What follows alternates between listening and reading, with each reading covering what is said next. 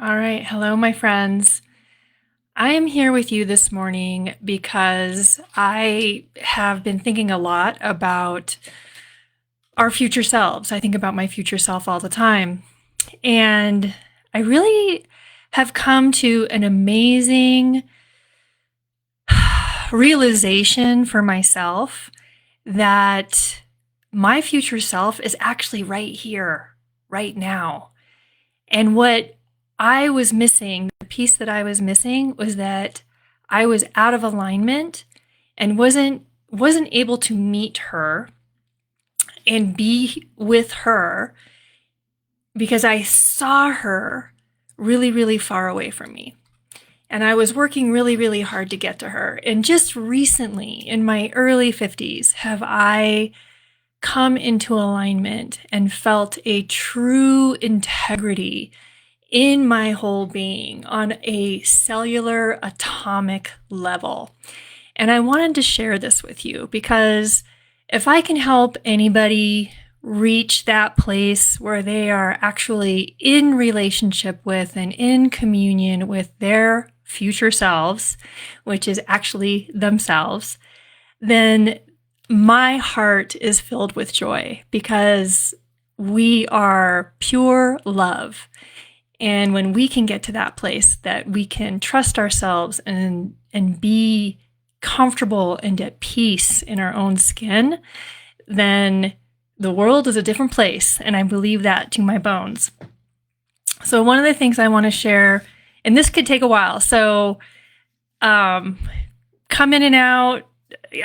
You can come back and watch this, but I've got some real gems to drop with you today. So one of them is, and I say this to myself all the time, we are what we practice, and we're practicing all the time. And this was something that was shared with me years ago, and it didn't really land at first. And as I really thought about that, I practice who I am with every thought, with every action, with every judgment, with every act of kindness. And so who am I practicing to be? And in my yoga trainings, one of the things that really stood out for me in those certifications and those trainings was that our bodies take the shape and form to the shape that we put ourselves into a lot. So if we sit at a desk, the muscles in our hip flexors are going to get shorter and shorter and shorter because we're sitting a long time and the muscles just adapt to that shape. And I was thinking about my body and all the ways that I'm tight and what shape am I holding myself in. So not only do we hold ourselves in a shape physically, we also hold ourselves in a shape mentally, emotionally. The shape that holds us is oftentimes our personal narrative and our beliefs and our values. And so there's no judgment here around the shape that we end up taking. It's about an awareness of the shape that we're taking and the intention behind the shape. So the two things that I recognized about living into my true self, living and meeting and actually being my future self today is what shape do I want to take and what aspects of the shape that I don't want to take do I need to ditch, right? So one of my, I would say he's a mentor friend, but he's big on essentialism. And he's like, what's essential? And that's what I ask myself all the time. How can I simplify? What's essential for me? And when I really get down to the nugget, the essential things are the shapes that I want to take. And so I lead with that because our thoughts, beliefs, they shape us. The ways that we hold our body, they shape us. And so we have choice around that. And when we think about our future self, we think about who we want to be in our success, there's a couple of things to consider here. If you feel like there's a gap between where you are today and where you want to be, that's okay. And I would say that's part of the journey. And I have been on that journey, and I experienced the gap all the time. Once we reach something, there's something else. We're never done moving through transitions and reshaping, right? We're just becoming more and more and more of who we are. So if we're feeling a little lost in that space, what I do and what I've been taught to do with, all of my mentors and spiritual teachers is pay attention to what you desire. Now make sure there's some discernment here around what you desire and what you want, because they can be two different things. And one way that you can discern between the differences, and this happens to me a lot, I'll see something advertised and I'll be scrolling through Amazon Prime. I oftentimes do some online shopping that I never actually purchase. It's just sitting in the cart. But I'll really want that thing. And if I don't buy it and I walk away, then I recognize that this is not something I actually want. And if I think about something I desire, something that's a little bit deeper, it's not a thing, honestly. The things that I desire in my life are freedom and connection and love and acceptance. And it goes on, but it's not a thing that you can hold on to. So when we think about those desires, what ways are we actually behaving, thinking, and doing to cultivate and bring about feeling those things that we desire? Now, I'm kind of going on here, so I'm losing my thought. But, I know what I was going to say. So what I was going to say is the key thing for me when I was going through, and still go through, but it's just not as painful, and painful is the word for it, is what I do is I practice self-compassion and self-kindness, because we are human, my friends, and we are going to falter. We are going to fall down. We are going to make mistakes. That is real, and we can't avoid it.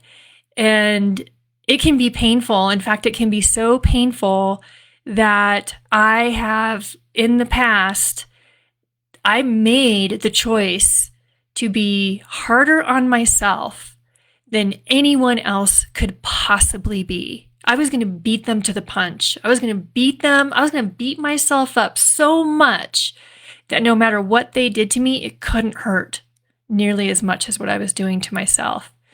And that is a recipe for being stuck and miserable and not having peace and not feeling connection and not feeling growth and living into your true self, right? Like, that is not the path. And I know that because I was on that path for a while.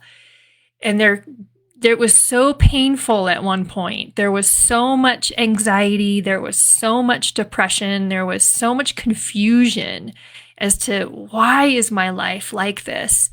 And through my work with coaches and mentors and teachers, I finally recognized that I was my own worst enemy on this one, and that I had to practice self-compassion and be nice to myself.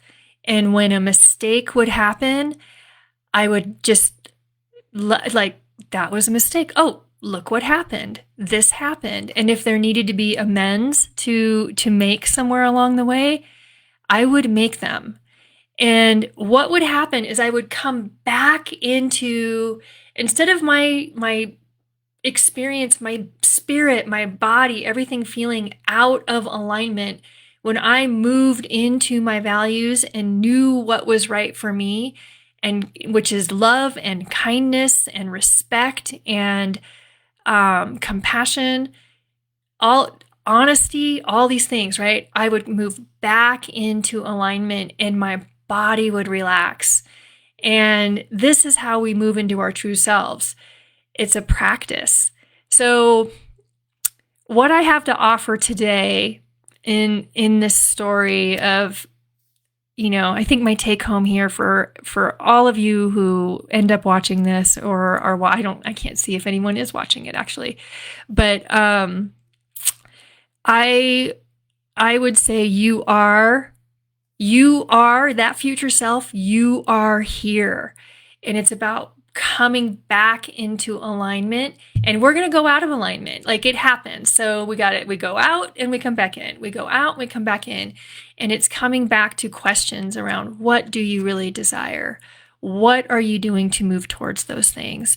And what can you ditch that is not helping? And I will tell you right now, I was ditching, and it's a constant practice.